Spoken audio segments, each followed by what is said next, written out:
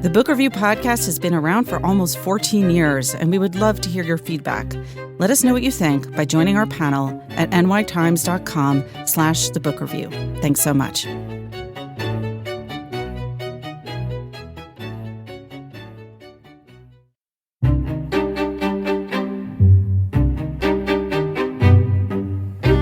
Why was the Vietnam War such an epic tragedy? Historian Max Hastings will talk to us about his new book, Vietnam. Who was Friedrich Nietzsche, and why is his legacy so complicated? Sue Prideaux will be here to discuss her new biography, I Am Dynamite. Plus, we'll talk about what we and the wider world are reading. This is the Book Review Podcast from the New York Times. I'm Pamela Paul.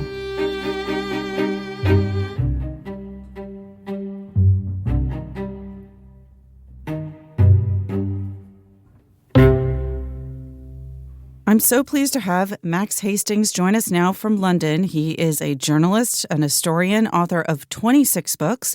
His most recent one is called Vietnam, An Epic Tragedy, 1945 to 1975. Max, thanks so much for being here. My pleasure, Pamela.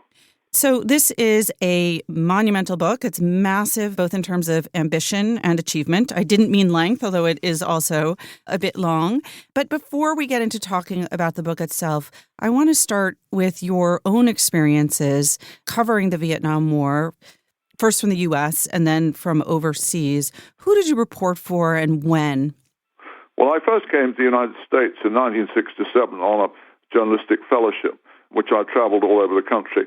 And then I stayed in 1968 to report the presidential election, which was a huge experience for me because I was very young, only 22 in 1968. And it was a hell of a time to be in the country. On my own impressions, I was a very immature journalist, and my writing reflected that. But one did see a huge amount of stuff and meet a huge amount of people, which made a great impression. I mean, I shall never forget till my dying day. Once I was in Washington when I went with a group of foreign journalists to the White House one morning to meet the president.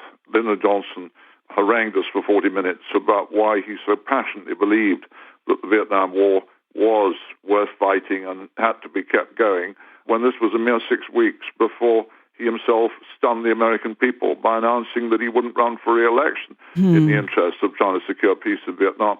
So that was a big experience for me. And then in 1970, still very young, I went to Vietnam.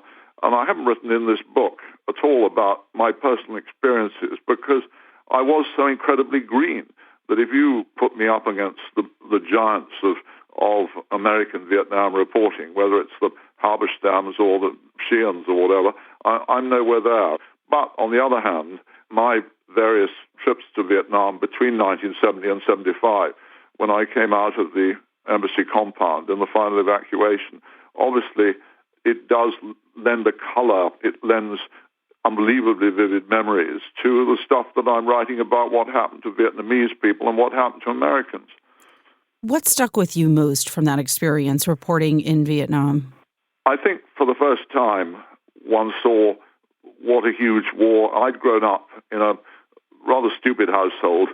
What I mean by stupid is that my father and all the men in our family were always banging on about what fun they had in World War II. And some people did talk like that in the 1950s and early 1960s. And then when I started reporting wars, and especially Vietnam, you realize that war is not an adventure laid on for the amusement of young men. It's a colossal tragedy. I read the memoirs of a Norwegian World War II resistance hero called Knut Hansen, in which he used a line that has stuck in my mind ever since. He said, "Although wars bring adventures that stir the heart, the true nature of war is composed of innumerable personal tragedies and sacrifices, wholly evil and not redeemed by glory." And while to grown-up people that's a commonplace, that was a lesson I had to learn. And I did a lot of the learning and a lot of the growing up in Vietnam. That when I went there, I guess like many callow young men, I thought it was tremendously exciting to fly around in Huey helicopters and to go up to Hong Kong every few weeks for R&R and stay in the Mandarin Hotel and all that sort of stuff. And then you just progressively realize what one is watching is a colossal tragedy for millions of people. And I think that one of the flaws I would identify in many of the American books about the war that are still written to this day is that they focus overwhelmingly on Americans. And although 58,000 Americans died in the war, that one of the things that struck me and one of the things that persuaded me to write my book were that more than 2 million Vietnamese died in this war. It was above all a Vietnamese tragedy. Mm-hmm. So I've tried to put the Vietnamese in the center of the stage in my account of this of the war. Did that childhood experience you had with the men in your family, sort of talking about that early World War II experience, and then your own experience sort of on the periphery of this as a reporter observing this war firsthand, do you think that in some way trying to reconcile those two things has led you to write so many books that focus specifically on war and conflict? Well, I guess we all do what we're capable of doing. I found when I was young, I went to 11 wars, and the first really successful book I wrote was about the bomber offensive in the Second World War, which I published in 1979.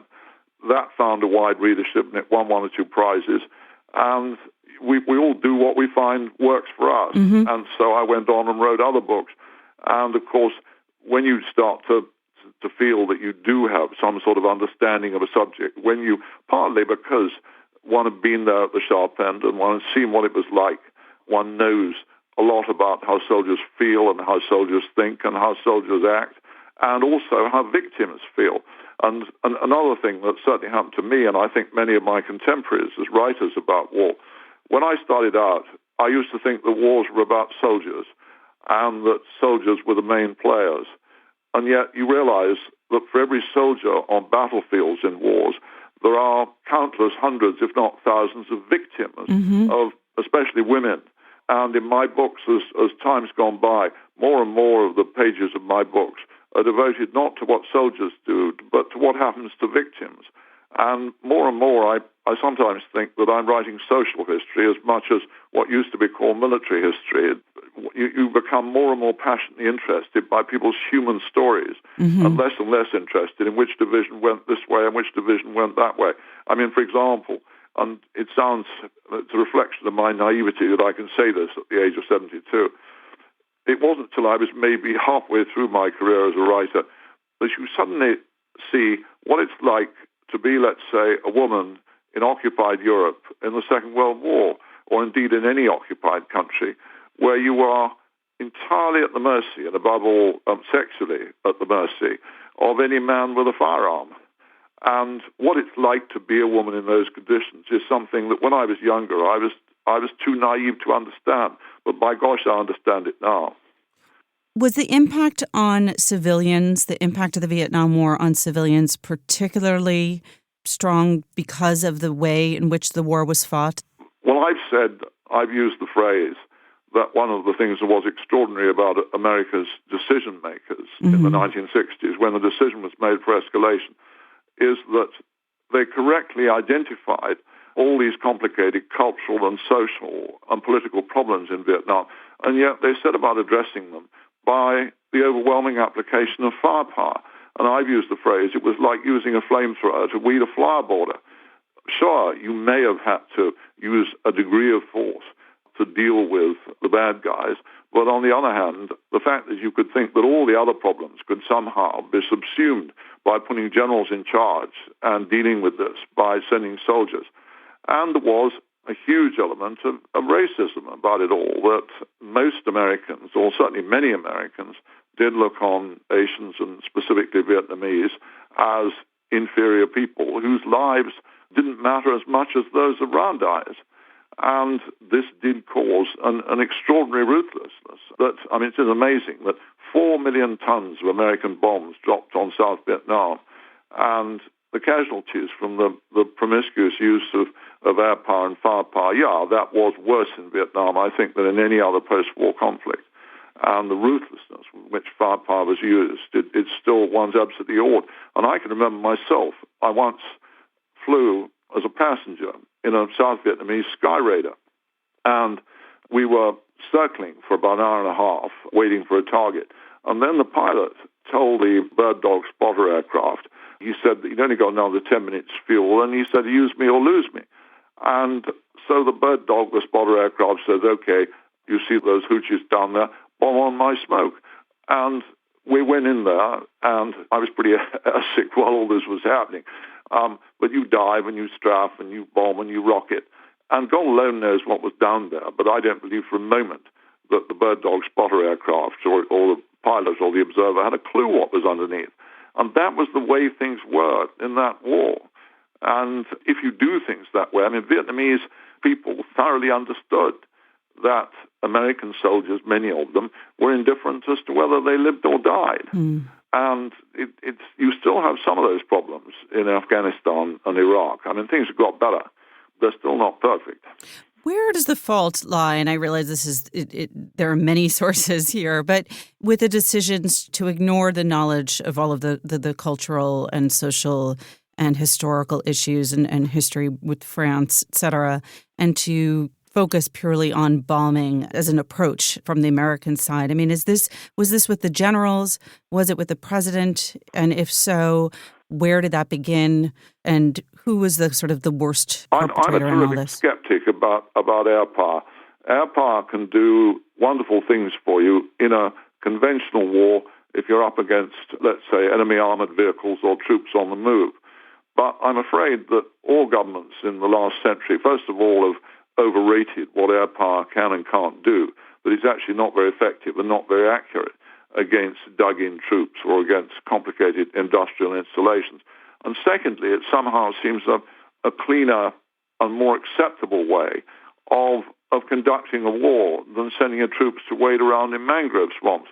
And one of the things remarkable in Vietnam was that again and again, opinion polls in the United States showed that the American people were willing to go along with bombing in a way that they were pretty uneasy and pretty uncomfortable about having large numbers of American soldiers on the ground.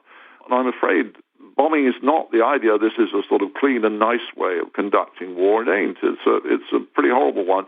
And again, air power can do great things for you, but it also, if it goes wrong, as we see now with drone strikes that go wrong, it is a very imprecise tool. Even when you've got television cameras looking at your target, you still can't be quite sure what's down there.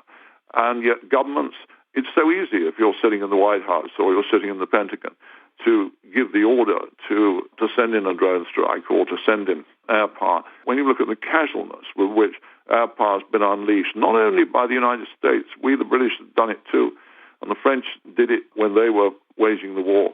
It's a very dangerous tool. But another aspect of decision-making in Washington that strikes me most forcefully is that all the way through between 1945 and 1975, all the innumerable strategy meetings that took place in the White House, and the State Department, and the Pentagon, no Vietnamese was ever invited to attend. Every single meeting to discuss what was to be done about Vietnam was conducted by Americans in a cocoon of Americanness. And it seems to me that unless one is able to involve some representatives of the people of the nation whose affairs you're interfering with on such a huge scale, right, then this is not a very smart way to go about things. And yet one of the points of your book is that the South Vietnamese government at the time, these were not easy or perfect allies for the Americans. One of the biggest problems the United States confronted, and one of the things I have sought to, I've used the phrase in my book, that it seemed to me that North and South Vietnam were two rival tyrannies, that I never supposed for a moment that the communists were the good guys. But down south in Saigon, that the Americans were never able to identify leaders for South Vietnam with anything like the credentials of Ho Chi Minh as the man who'd won the war against the French. He was Vietnamese, and every single Vietnamese down south knew that no Vietnamese in Saigon could get out of bed in the morning of the Vietnamese leadership without asking an American advisor which side he was supposed to get out. And a South Vietnamese exile in California told me among the scores of interviews I did for this book, he said the other side had the monopoly of patriotism, that the communists were again and again able to taunt us with the humiliation of being occupied by the Americans. And this was a problem that the United States never overcame. Almost everybody involved, first with President Diem and then with the later generals who ran South Vietnam, was tainted by association with the French colonial regime. They were seen as the successors of the colonialists. And all the way through, although I personally think the communist regime in Hanoi was a deeply oppressive, deeply nasty, and ultimately inhumane regime, which actually killed a lot of people, which is sometimes forgotten by its apologists. But at the same time, they had the monopoly of nationalism and of patriotism. And the United States never found a way to get over that one. You mentioned an interview you did, and that you did, obviously, many interviews with former South Vietnamese living in the U.S.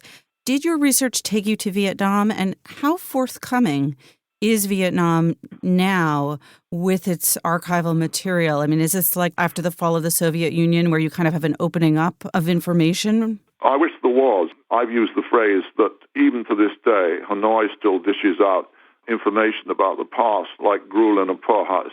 What one has to remember is that really the only major success since 1954 of the communist regime in Hanoi, it still calls itself communist, although most of these days it's pretty capitalistic. But the only real success was the unification struggle. And so they're not going to allow anybody to rain on the parade. And one of the things that is very frustrating for historians, one's still dealing with a huge amount of guesswork and guesstimates about what went on in the North, because reliable information about what was said and done is still so hard to come by. And you take numbers. I mean, the communists have never come up with any credible estimate of, for example, how many people they lost at the Battle of Dien Bien Phu in 1954 against the French. Most of their numbers, they grudgingly admit that a lot of so-called class enemies and landlords were murdered in the early years of Ho Chi Minh's rule. He was not Mr. Nice Guy, Uncle Ho. He was an extremely ruthless leader. But nobody will come up with any numbers. Nobody will detail a lot of this stuff. And I don't think in the same way that it's very difficult now, after the brief open window in Moscow 15, 20 years ago, now it's once again very difficult to get reliable information out of Moscow, so they did out of Hanoi. And I think that's distorted the historiography of the war, because there's such a vast amount of material available in the United States, and I do not believe the United States is these days concealing any significant secrets about the war, but a huge number of secrets are concealed on the other side. Right. So we're still not hearing the Vietnamese version of this to the extent that we could. You go and you do interviews. I had a wonderful interpreter who was a big help with the interviews I did in Vietnam, but he several times in the middle of an interview, he'd turn to me and he'd say, we're wasting our time with this guy because he's just giving me the party line. And although I did get some very good interviews with Vietnamese in Vietnam, they were mostly about sort of their personal family stories, not about any of the sort of big stuff. And much more on the whole, obviously there's far more freedom to speak among exiles in the United States. Although it sort of really amuses me, one of the wonderful people I interviewed, one of the wonderful Americans I interviewed, Frank Scotton, who spent years in Vietnam, and I think knew almost, he was a Foreign Service officer, a USIA officer, who knew as much about Vietnam as almost anybody in the country. And Frank said to me when I was interviewing him, he said, you've got two rival narratives about Vietnam and the United States. He said, when Americans get together, they talk about American veterans. They talk about how the Vietnamese screwed up. And when Vietnamese exiles get together, they talk about how the Americans screwed up. I think another important point that I like to emphasize is that although some Americans did terrible things in Vietnam, some also did wonderful things, and some cared passionately. And really a large number of Americans went to Vietnam with very high ideals. And one of them I admired enormously was a Foreign Service officer called Doug Ramsey, who went there in 1962, fell in love with the country, and learned Vietnamese. And he worked devotedly, worked very closely with John Paul Vann, the legendary advisor. And in January 1966, he was driving a truckload of rice somewhere, and he ran into a Viet Cong ambush, and he was captured, and he spent the next 7 years in a bamboo cage in the jungle. And I heard, when I was interviewing over in California, I heard that he was still alive, although in terrible physical shape, over in Nevada. And I went over to see him. And apart from having a fascinating 4-hour conversation with him, that he gave me a huge unpublished manuscript about his experiences.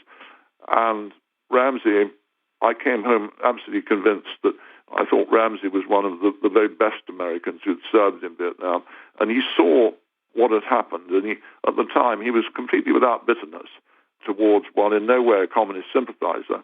He was amazingly unbitter towards these people who put him through these ghastly experiences. He had malaria 123 times. Wow. But how he survived, God knows. But he spoke with a clear-sightedness about the limitations of the American involvement.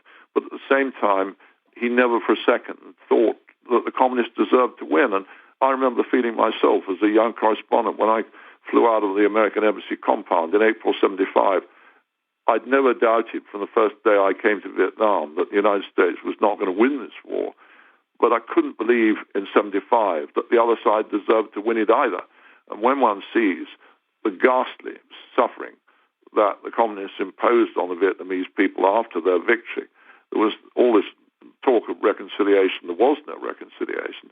200,000 officials and former army officers went off to re-education camps, and some of them were kept there for 17 years. There were ghastly famines, ghastly starvation and suffering throughout Vietnam. And an amazing number of Vietnamese, as we know by the boat people who during the war had felt that nothing could be worse than the war, suddenly saw a purpose in fighting the communists after it was all over that they'd not seen while the war was going on. And one was moved then in 75 by their predicament, and even more so in some ways now, after I would argue that to this day they are not really liberated. Very much an epic tragedy, per your subtitle. Max, thank you so much for being here. Pamela, thank you for having me. Max Hastings is the author of 26 books. His latest one is Vietnam, an Epic Tragedy, 1945 to 1975.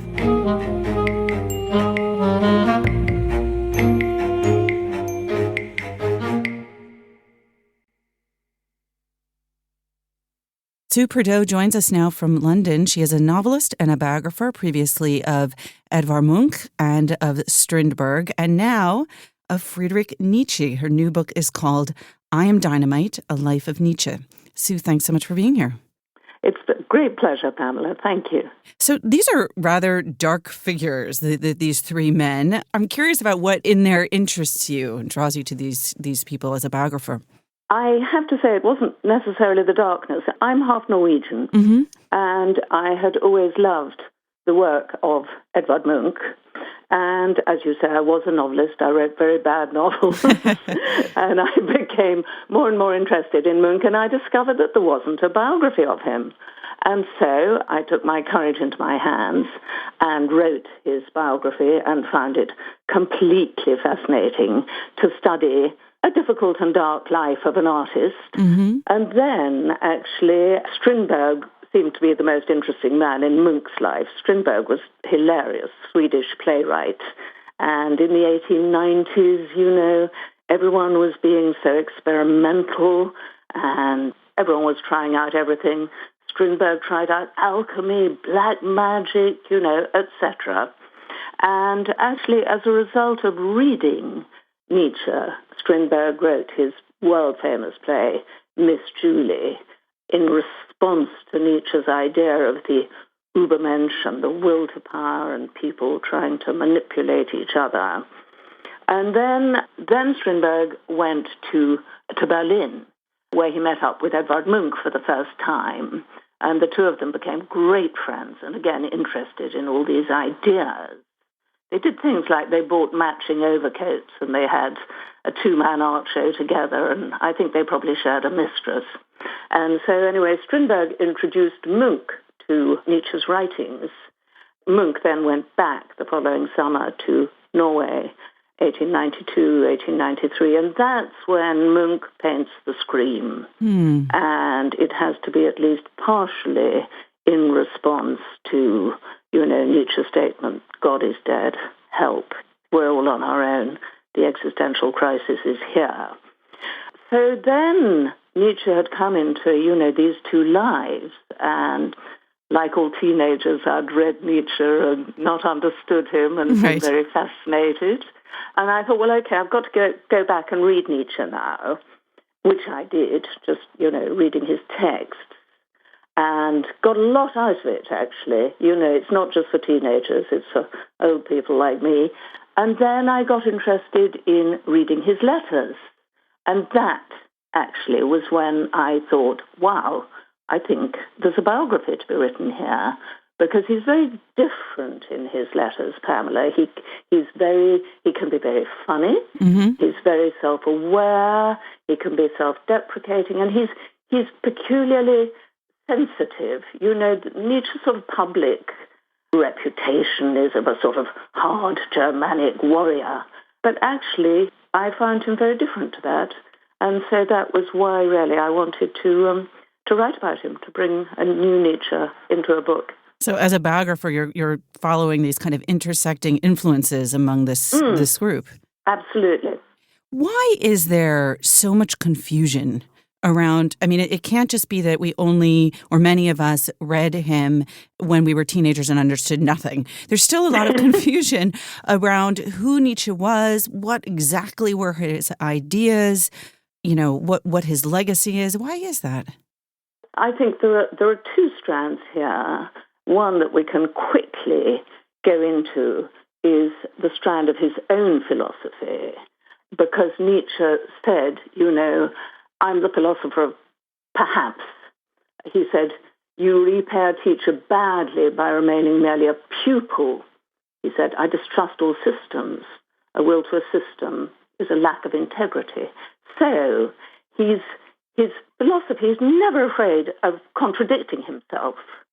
And so, you know, you read something wonderful about women in one book, something terrible about women in another book. So he's never, ever trying to impose a system or construct a system. And he puts things in front of us, you know, the philosopher of perhaps. And he says, well, perhaps this, perhaps that. You've got to make up your own mind. And so he's a sort of springboard for thought. He appeals to the left and the right, to liberals and conservatives. But a more specific answer to your question, it's Nietzsche who really takes that and understands it and tells us eventually God is dead and we have killed him. And so if that's happened, we have to face up to the consequences. If we really want to believe in science rather than God, or if we can't reconcile the two, we have to realize that there's no moral authority. Without divine authority, there's no ultimate moral authority. There's no universal moral code. So the big questions need new answers. You know, what is man? What is the meaning of life? If we're not aiming at heaven, what are we aiming for? And so on. And then the other thing, and I mean, I think that, you know, those are questions that we're still trying to answer, which make him so very, very relevant to today and why people are interested in him today. But the other thing is Nietzsche grew up in Bismarck's Germany, which was very nationalist, very militaristic, pretty anti-Semitic, and he hated all those things, and he wrote against them. He said, I'm maybe a bad German, but I'm a good European. He said all anti-Semites should be shot. And so he was an apostle of humanity, if you like, wider humanity, but he had this terrible sister. I was going to say, presumably he didn't want the sister shot. Well, yes, he probably did, actually. But I mean, only sort of figuratively. But she was very anti-Semitic, very nationalist. She married a sort of political agitator, and they went out to Paraguay to found a colony of pure-blooded Aryans where no Jewish foot had trod. They were that bad. And the colony failed, and they were unmasked as frauds, as financial fraudsters. And the husband committed suicide, and she came back alone. And when she came back, that was exactly the time that Nietzsche had become insane, and also the time that interest in his philosophy had grown. And so Elizabeth took charge of her brother, and she took charge of all his writings. She built an archive, she got the copyright, and she set about, well, putting out fake news, really. Right. I mean, can we blame Nietzsche's co-option by the Nazis purely on his sister Elizabeth? I think we can put the weight of the blame on her because she, well, say the letters, she forged about 30 letters. And the year after he died, she put out a book called The Will to Power. Now, Nietzsche had planned a book called The Will to Power, and he was thinking really about, everyone was fascinated by the power of forces at that time. And he was speculating on the sources of energy, actually, of sort of universal energy. But anyway, he abandons that, and he writes a sort of shopping list on the title page, and he needs a new toothbrush, and he writes addresses all over the title page. But Elizabeth then has got the Nietzsche archive up and running with her cousin, who was an early National Socialist, sort of as head of it, and she recruits Nazis, basically, like Martin Heidegger and Spengler and people. And she puts out the first edition of The Will to Power, which is constructed from scraps, leftover scraps of his aphorisms and notebooks and so on and so forth, things he never wanted published, and with some of her interventions. And the first edition contains about 400 aphoristic paragraphs. It's such a success that later she expands it to about 1,400. And it has horrible sections like, sort of it talks about breeding master race and things which, which were absolutely not on Nietzsche's agenda at all. You talked about his childhood and sort of where he grew up. How does he become Nietzsche, the philosopher, the literary figure? He was the son of a Lutheran pastor, and his mother was a pastor's daughter, and it was a very, very, very religious household. And really, everyone's aim was to get to heaven. That was it. His father became mad when Nietzsche was sort of 3, 4, and he spent a year mad, losing his sight, losing his speech, etc., and eventually he died. Nietzsche was absolutely wounded by the thought of his father's insanity and his father's early death. His father was only 36. And, of course, Nietzsche also becomes insane. And you write also a lot about the illnesses that Nietzsche suffered. To describe those, and to what extent do you think they affected the development of his own philosophy? He was very young. It was sort of in his early teens, and he was at school. He had to miss lots of school. He would have terrible, terrible blinding headaches where he couldn't see, terrible stomach aches. He would be sick. He would bleed. And they diagnosed all sorts of rather medieval things like, too much liquid in the body. And poor boy who was put to bed with leeches on his ears to suck out the blood. They thought he had too much blood, and he found this very humiliating and very terrible. And throughout his life, this really continued. So he was really never free of it. So then, between these awful bouts of illness, what he had to do was put down his philosophy very briefly, very, very, very succinctly, and so hence his wonderful aphoristic style. What do you think we most misunderstand about Nietzsche? The common conception, which is associated with the Nazi thing, and also I think he does very often speak in terms of the warrior when he's talking about your own personal conflicts. But of course, that can be translated into, you've got to be hard, you've got to fight, etc. And maybe people like me take that, the primary meaning of that, as you've got to overcome yourself. And he writes a lot about self-overcoming. But of course, it can also be interpreted in, the other way. However, people who do interpret it the other way, the aggressive way, are not regarding the amount he wrote against militarism and nationalism and basically war. He didn't like war. Well, that brings us in certain ways to today. How relevant are his ideas today? I think the thing is we're still asking the same questions that he posed, and that is the balance between God and science. Where is truth if you killed God? Science doesn't actually offer you truth, because, in science there's another discovery. You discover another planet, so there's another truth in the solar system. So then Nietzsche says, well, maybe you have to realize if there's no divine truth, everything is perspectivism. But you have to realize that what's coming in is perspectivism, comes from a perspective, but equally what you are putting out also comes from your perspective, because nobody can understand the whole universe, so nobody can understand the entirety of truth. But we do our best, and, informed perspectivism is what he's about. How are we to understand the phrase that is the title of your book, I Am Dynamite, and why did you choose that? Well, it was so wonderful. Nietzsche he was a very unsuccessful writer. Nobody read his books in his lifetime. It was a mixture of things, really, but basically his ideas were before his time. However, in 1886, he got a review, and it was terribly exciting, and it commented on the power of his thought.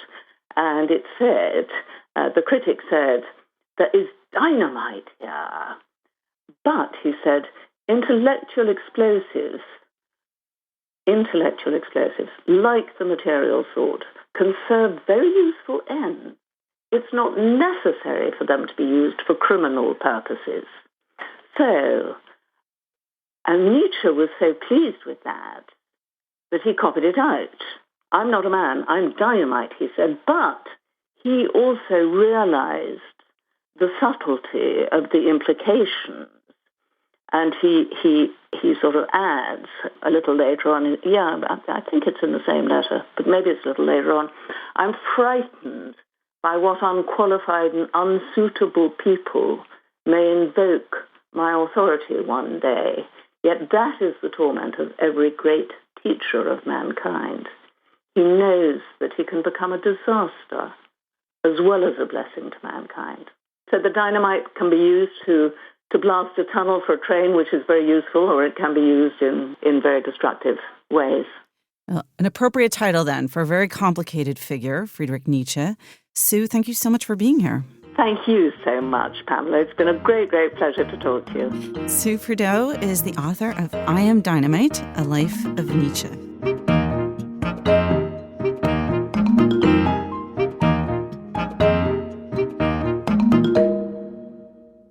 Joining us now to talk about what we're reading, my colleagues Greg Coles, Livia Garake, and Gal Beckerman. Hey, guys. Hi. Hey, Pamela. All right, let's start with you, Greg, because you've got an oldie but goodie there. I am still making my way through Ulysses. How long has it been now? Oh, since February. Wow. I started reading it on our kids' school vacation in February, and I tore through like the first 100 pages, and I thought, this is going to be great. And then since then, it's been kind of as I can fit it in around other things. This weekend, I had uninterrupted reading time, which is a rarity for me, but I took my son up to Boston on a trip and spent a lot of time just kind of sitting in a library with Ulysses. And last time that I talked about Ulysses on the podcast, I was reading the Nausicaa section, the part where Bloom masturbates on the beach. It's the part that got the book into so much trouble with the censors. I finished that section and actually finished the subsequent section after it, which is the Oxen in the Sun section, which opens in the maternity ward of a hospital and closes in a bar with kind of and the style moves from a very old formal style right up to kind of super modern, super slangy Dublin Irish style as they hit the bar. And at first, it is incredibly off-putting, the formal language that he starts with, but you're set up for it because the Nausicaa thing opens with this kind of fake romantic language, and you realize that what he's doing is imitating the styles of other writers. And so when you realize that that's what's going on in Oxen in the Sun, it becomes a lot more digestible, and you kind of make your way through it that way. Do you guys multi-read? Like, do you read more than one book at a time, or are you a one book? I read more than one book at a time. I feel like it's impossible to be I one. certainly read more than one. I mean, especially with Ulysses. Yeah, I think I do. I do as well, but often like one book will kind of hijack me for a bit, even if I have a few going at the same time. So do you feel hijacked at this point by Ulysses? Hijacked by Ulysses? I finished Oxen in the Sun, and so the next one, which is written in play form, is the Circe episode. I get hijacked by specific scenes, and it's like reading a story collection or something, and then you can put it down and pick it up again later. Yeah, I'm having that same experience right now with this science fiction collection of 11 novellas, because you don't have that kind of forward propulsion every time you finish one novella. It's very easy to sort of to then set it down and come back later. One thing that really struck me in this episode of Ulysses for the first time, and I tweeted about this, is that the Malachi Mulligan, the character that the book opens with, stately, plump Buck Mulligan, really suddenly seemed like a Falstaff figure to me, and I tweeted that out, and the novelist Andrew Irvin said, well, maybe Falstaff in Merry Wives of Windsor, but not the Henry plays. And I'm not sure That's yet. such a literary Twitter response. we have very and then it went viral. Right. I got 3 likes on it. Lovia, what are you reading now? I am reading Colson Whitehead's The Intuitionist. Like I confessed yesterday, I've not read any Colson Whitehead, which is at this point seems a little embarrassing considering the many accolades he's won and the success of Underground Railroad. So I decided to start at the beginning with The Intuitionist, which is his debut novel, which came out in 1999. That's the elevator. Yes, it's the elevator one, right. So just like a quick plot recap, it's about this woman, Lila May, who exists in this Gotham-esque city where she is an elevator inspector, and she's the first Black woman elevator inspector. And she's also an intuitionist, which are the inspectors who test elevators based on feeling. And so that just by standing in the elevator, they can sort of figure out if something is wrong with it. And they're sort of at war with, or metaphorical and political war with, the empiricists, who are those who believe in like very real observation. I'm not finished with the book, and I'm not that deeply into it, but I do have a lot of thoughts so far. I mean, one, it has a lot of the same mood as Invisible Man, which is actually why I wanted to read it, because Invisible Man is one of my favorite novels. And so it's this very like dark, isolated kind of mood. The writing is, of course, incredible. I'm not super engaged in the narrative right now, and I wonder, and I've been trying to figure out why that is. And because it's about elevator. Actually, that's what interests me. I have to say, like, I love books about obscure jobs. Yeah. Well, I think that part is actually interesting. I do feel like at times, though, so far, the narrative has been burdened by the need to basically create this world from scratch. And so I feel like there's like a lot of history being provided, and which is very impressive, but I think not as engaging, because it's also sort of feels like a pulpy fiction kind of book. And so I have this expectation of like speeding through it, but I'm like, okay, but I need to know the history of like the first like empiricists and like how intuitionists came to be. But I'm hoping I get more engaged as the book goes on. Is he playing with genre in the way he does in some of his more recent books? Well, I don't know, because I haven't read any of his more recent books. But is that a real thing, the empiricists versus the intuitionists, or is that made-up history? I think is that it's a real deeply thing in elevators? Yes. No, I feel like it's... I think it must be made up. Yeah, I think it's a deeply allegorical book, and I haven't quite figured out what that is. I'm going to sound like an idiot on this podcast, because I'm like, not only have I not read any Colson Whitehead, but I have nothing to anchor my discussion in. And I don't understand it. But the cover is really pretty. Yes, it is really great. And the writing is incredible. I mean, do you ever read something where you're so jealous that someone can like write that way? I think that's the kind of feeling I'm having right now, where I'm just like, wow, I'm just so impressed with your ability to put all these words that I know in the English language together in a way that is like beautiful. So can you read us a little bit, just to give us a sense? Yeah. Let's see. This is from the first couple pages. It's a new elevator, freshly pressed to the rails, and it's not built to fall this fast. She doesn't know what to do with her eyes. The front door of the building is too scarred and gouged to look at, and the street behind her is improbably empty, as if the city had been evacuated and she's the only one who didn't hear about it. There is always the game at moments like this to distract her. She opens her leather field binder and props it to her chest. The game gets harder the farther back she goes. Most of the inspectors from the last decade or so are still with the guild and are easy to identify. LMT, MG, BP, JW. So far, she doesn't particularly like the men who have preceded her at 125 Walker. Martin Gruber chews with his mouth open and likes to juggle his glass eye. Big Billy Porter is one of the old dogs and proud of it. On many occasions, Lila May has returned to the pit from an errand only to hear Big Billy Porter regaling the boys about the glory days of the guild. Before. While his comments are never specific, it is clear to everyone just what and who Big Billy is referring to in his croaking, muddy voice. Rebellious among the bureaucratic rows of the pit, Big Billy's oak desk juts out into the aisle so he can seat his bulk directly beneath one of the ceiling fans. He says he overheats easily, and on the hottest days of the summer, his remaining hair slides away from how he's combed it, the strands easing into knotless whorls. It's a slow process, and watching it is like waiting for a new hour, but it happens eventually. I forgot to add that actually the reason why Lila May is such an interesting character is because she's entering this sort of old boy world where elevator inspectors were usually men. And so on top of being a woman, she's also Black. And on top of all of that, she's an intuitionist. The whole plot is essentially that one of the elevators that Lila May inspects, an accident happens and it actually crashes. And so she may or may not have been framed. It's still unclear because I'm not that far into the book. But she's really positive that she checked the elevator correctly. And so her story is being used as a way to sort of prove that intuitionists are faulty and shouldn't necessarily be like the majority in the elevator guild. Yeah, so that's what I'm reading. Gal, what about you? I am also reading an author that I've been meaning to spend some time with, who I never have. It's Tana French, and I was really intrigued by a cover review we had very recently that Stephen King wrote over her most recent book, The Witch Elm. The Witch Elm. And so I asked Tina Jordan, one of our colleagues who seems to know the genre quite well, where I should begin, because I was under the impression, and in fact, I mean, there is like she has this series that all takes place among the members of the Dublin murder squad, the detectives who work murder in Dublin.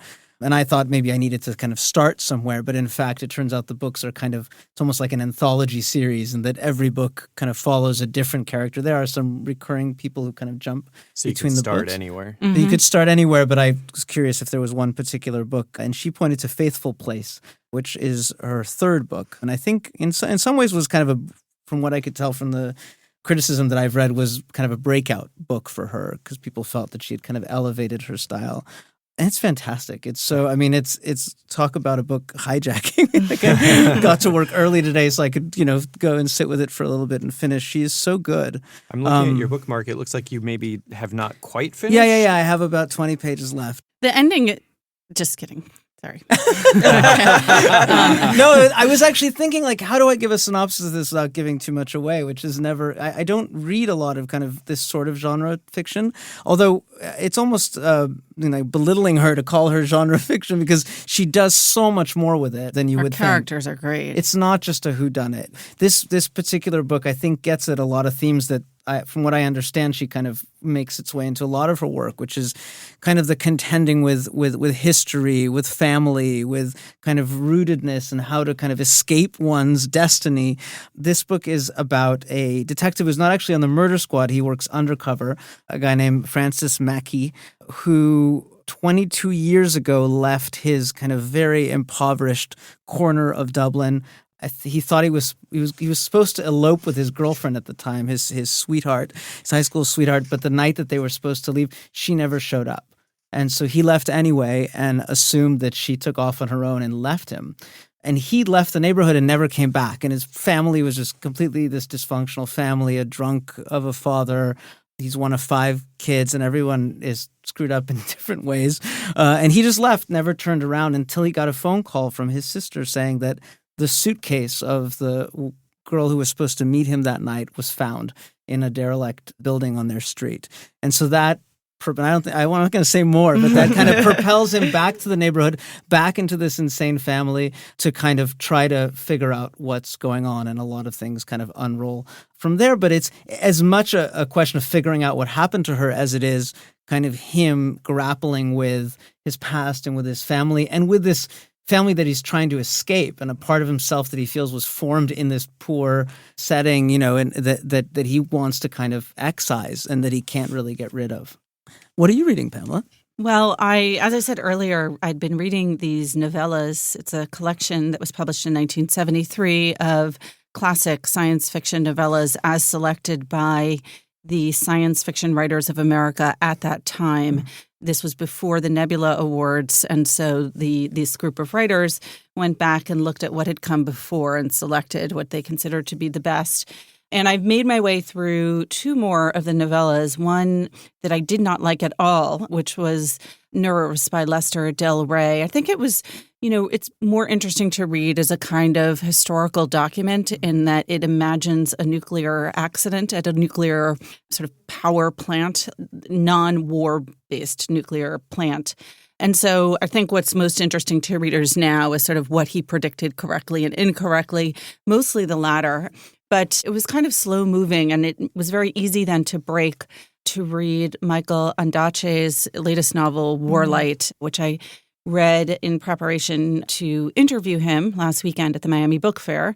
And that novel I really enjoyed. It's, I think very much a part of the kind of historical fiction that Ondaatje does, very fragmented. It takes place at the tail end of World War II, really after the war, but with flashbacks to the war. And it starts off with that excellent premise. As I said to him, the only thing that his book really has in common with a Disney movie is that the children are abandoned at the beginning by their parents. So it's a teenage boy who's 14 and his 16-year-old sister. And at the end of the war, their parents basically say that they're taking off for Singapore. And the father leaves first. The mother stays behind, elaborately packs a trunk, and then departs, leaving them in the care of a mysterious lodger whom they nickname the Moth. And a couple of months after that, the kids or teenagers discover in the basement this trunk that the mother had packed. And so they know that she perhaps never went to Singapore, but is certainly gone, and they are alone in the care of this uncle. Have either of you? I read it. Yeah, you read it. Yeah. Oh, okay. What did you think? Oh, I loved it. Yeah, but and I found so interesting is like the two tones of the book. Right, I feel like halfway through it kind of turns into a slightly different book. Yes, but I really loved the first half a lot, and not for any like plot that developed, but just the mood. The mood was, I thought God. He captured also the mindset of these, and particularly the 14-year-old narrator really well. And it's so persuasive. We know that this is not Michael Ondaatje's autobiographical novel because he grew up in Sri Lanka till he was 11 and then was briefly in London, but not during this period, and then moved to Canada. And yet it felt completely like an autobiographical novel because it felt so personal. Yeah. And the details were so rich about the kind of the world that and it reminded me of, not in style, but in certain ways, of Transcription by Kate Atkinson. Did you read that? No, I haven't read that one. So it was another novel that sort of took place around World War II and then sort of inside it, but not essentially a World War II novel. And that kind of interested me, this sort of peripheral World War II novel. And I'm interested in why so many writers are drawn to London during World War II. It's like, I think the attraction, at least I thought, it initially seems like because it's a time when there were very clear divisions between good and evil, and that the people in London felt like they were definitely on the side of the good. And yet what was so interesting about both those novels is that they were both novels of moral ambiguity and novels. They both have an espionage element, yes, don't they? And so it is this question of betrayal and who you're serving. Yes, both of them women spies too, which is interesting. And in Transcription, you have someone who is at first a transcriptionist in the intelligence service and then drawn into a sort of more direct kind of covert action. And in this novel, the ambiguity takes place in these episodes subsequent to the war, where the war has officially ended, but in areas of the world that are sort of on the borders, whether in the Balkans or in northern Italy, there's Third Man. Yeah, there's still, conflicts being played out. And it's kind of in between World War II and the Cold War. And I thought what interested me in talking to Ondaatje, and he has said this before, is that he's interested in the people and the episodes that have escaped history, so that when he comes across something that he hasn't heard about, that he then sort of wants to explore why that is. And so this novel, I thought, really did that well. And then I did return to the novellas, science fiction, and read one more novella, which I enjoyed more, by Robert Heinlein.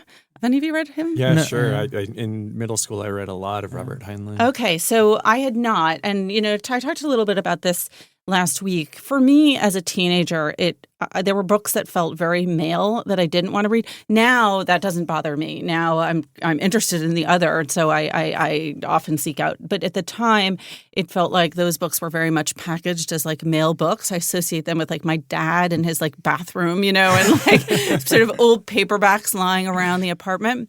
So I never read this story called Universe. Have you read that one? I might have. It's a long time ago, and at the same time I was reading him, I was reading a lot of other science fiction, Isaac Asimov, and a lot of the golden age, the stuff that you're reading right now. Yeah. So I don't specifically remember. I've talked a little bit about how this book overall is like frozen in time. It could never, ever be published today. It would never be created in this way. Every single person in the book is male. I think they're all white. It's all like it's mostly, at least up to now, it's sort of hard science fiction. So there's no real space for kind of fantasy or other elements. And this story feels very much like something that really would not be turned into a movie today, because it consists of a kind of a ship that's out in space that has created its own kind of version of the universe, and the people within it who are stratified according to a sort of a caste-like system. And there are scientists, there are peasants, and then there are people that they call muties, which I thought, upon first reading meant that they couldn't speak, but in fact it's short for mutations. And the idea is that they were mutated by radiation. So you have a conjoined twin as one of the main characters. Is it sounding familiar, Greg? Yeah. Okay. And then someone who is sort of alternately referred to as a pinhead or a dwarf. It kind of has to be one or the other, but obviously not something that I would see being recreated on, screens today. Right. But the story itself was interesting. It played with the idea of, science versus religion and sort of how you create, how creation stories. Society. Yes, and how creation stories come to be. So the interplay between science and religion. So that's it. Nice. I cheated on my main book. All right. Thanks, guys. Thank you. Remember, there's more at nytimes.com/books. And you can always write to us at books@nytimes.com. I write back, albeit not right away. The Book Review Podcast is produced by Pedro Rosado from Headstepper Media with the great help of my colleague, Don Williams. Thanks for listening. For the New York Times, I'm Pamela Paul.